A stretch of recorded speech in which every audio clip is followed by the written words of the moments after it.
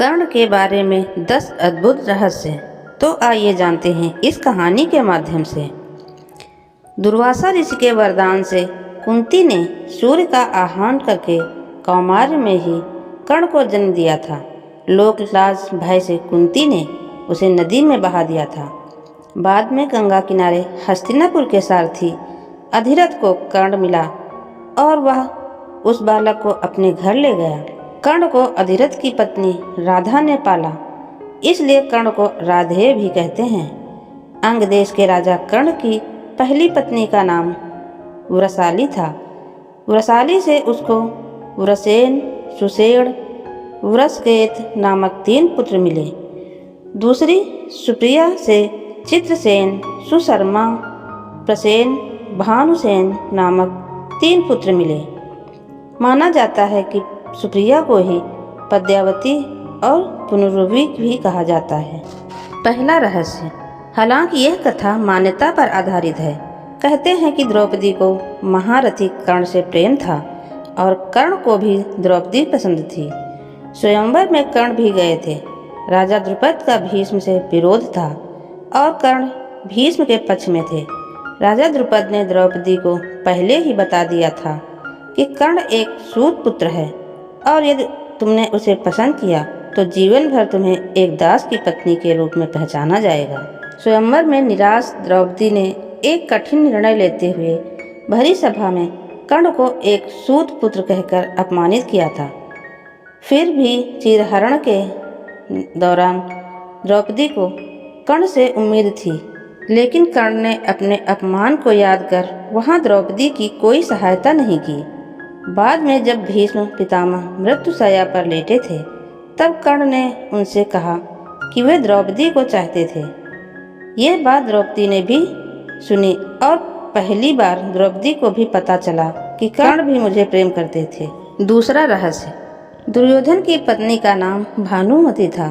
कहते हैं कि भानुमति का कर्ण के साथ अच्छा संबंध हो चला था। दोनों एक दूसरे के साथ मित्र की तरह रहते थे।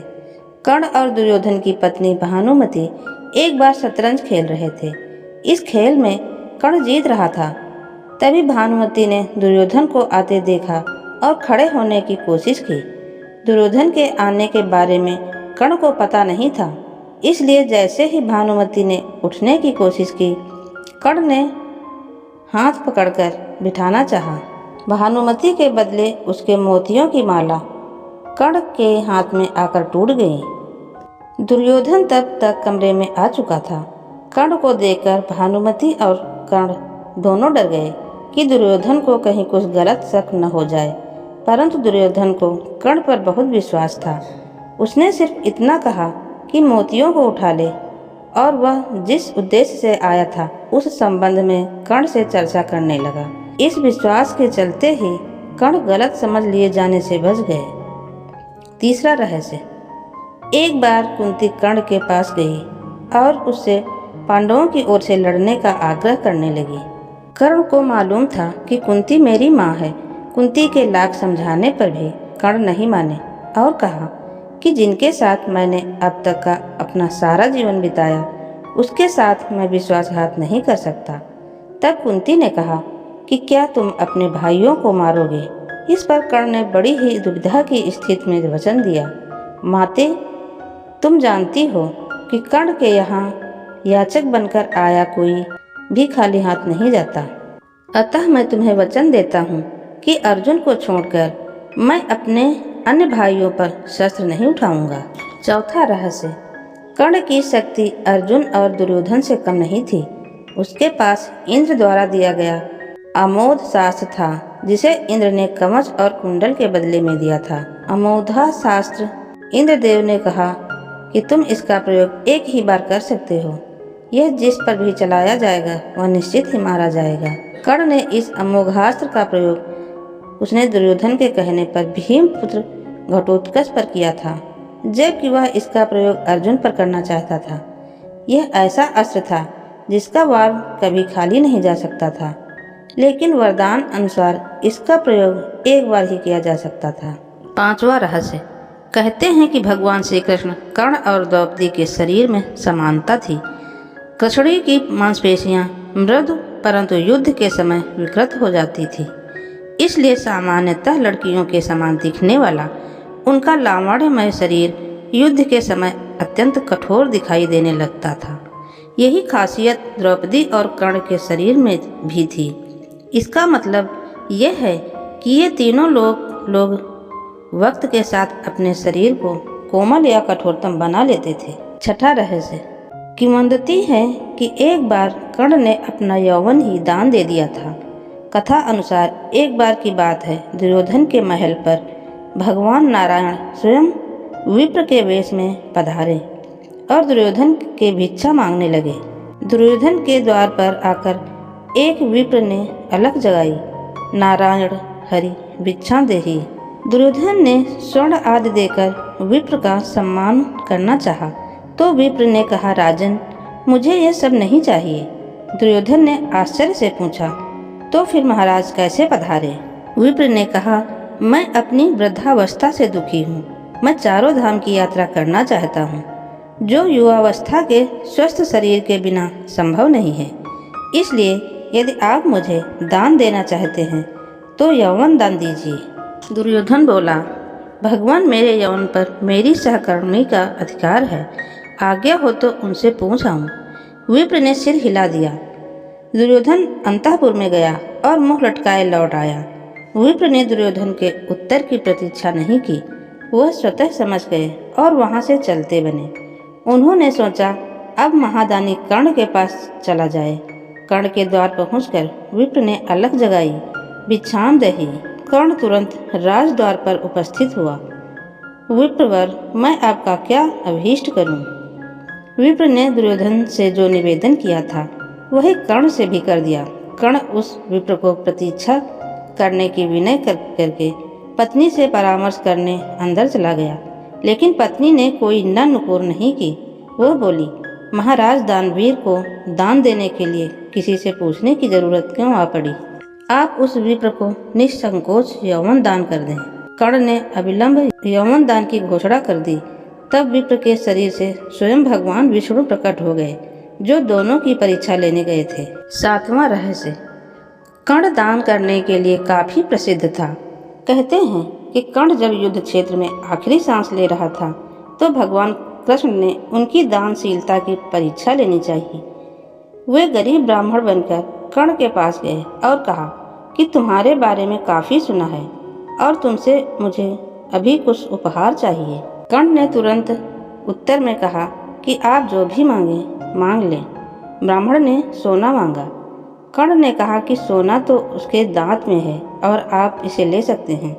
ब्राह्मण ने जवाब दिया कि मैं इतना कायर नहीं हूँ कि तुम्हारे दांत तोड़ूं।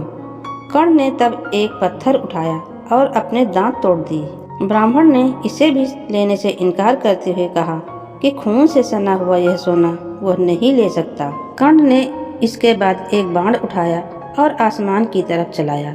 इसके बाद बारिश होने लगी और दांत धुल गया। आठवां रहस्य, उस काल में द्रोणाचार्य, परशुराम और वेद व्यास को ही ब्रह्मास्त्र चलाना और किसी के द्वारा ब्रह्मास्त्र का प्रयोग किए जाने पर उसे असफल कर देना याद था। जब द्रोणाचार्य ने कर्ण को ब्रह्मास्त्र विद्या सिखाने से इनकार कर दिया तब वे परशुराम के पास पहुंच गए। परशुराम ने प्रण लिया था कि वे इस विद्या को किसी ब्राह्मण को ही सिखाएंगे, क्योंकि इस विद्या के दुरुपयोग का खतरा बढ़ गया था। कर्ण ये सीखना चाहता था तो उसने परशुराम के पास पहुंचकर खुद को ब्राह्मण का पुत्र बताया और उनसे यह विद्या सीख ली। फिर एक दिन जंगल में परशुराम जी कर्ण की गोद में सिर रखकर गहरी नींद में सो रहे थे। तभी कहीं से एक कीड़ा आया और वह कर्ण की जांघ पर डंक मारने लगा। कर्ण की जांघ पर घाव हो गया, लेकिन परशुराम की नींद खुल जाने के भय से वह चुपचाप बैठा रहा। घाव से खून बहने लगा। बहते खून ने जब परशुराम को छुआ तो उसकी नींद खुल गई। उन्होंने कर्ण से पूछा कि तुमने उस कीड़े को हटाया क्यों नहीं? कर्ण ने कहा कि आपकी नींद टूटने का डर था, इसलिए। परशुराम ने कहा कि किसी ब्राह्मण में इतनी सहनशीलता नहीं हो सकती है, तुम जरूर कोई क्षत्रिय हो, सच बताओ। तब कर्ण ने सच बता दिया। क्रोधित परशुराम ने कर्ण को उसी समय शाप दिया कि तुमने मुझसे जो भी विद्या सीखी है वह झूठ बोलकर सीखी है। इसलिए जब भी तुम्हें इस विद्या की सबसे ज़्यादा आवश्यकता होगी तभी तुम इसे भूल जाओगे, कोई भी दिव्यास्त्र का उपयोग नहीं कर पाओगे।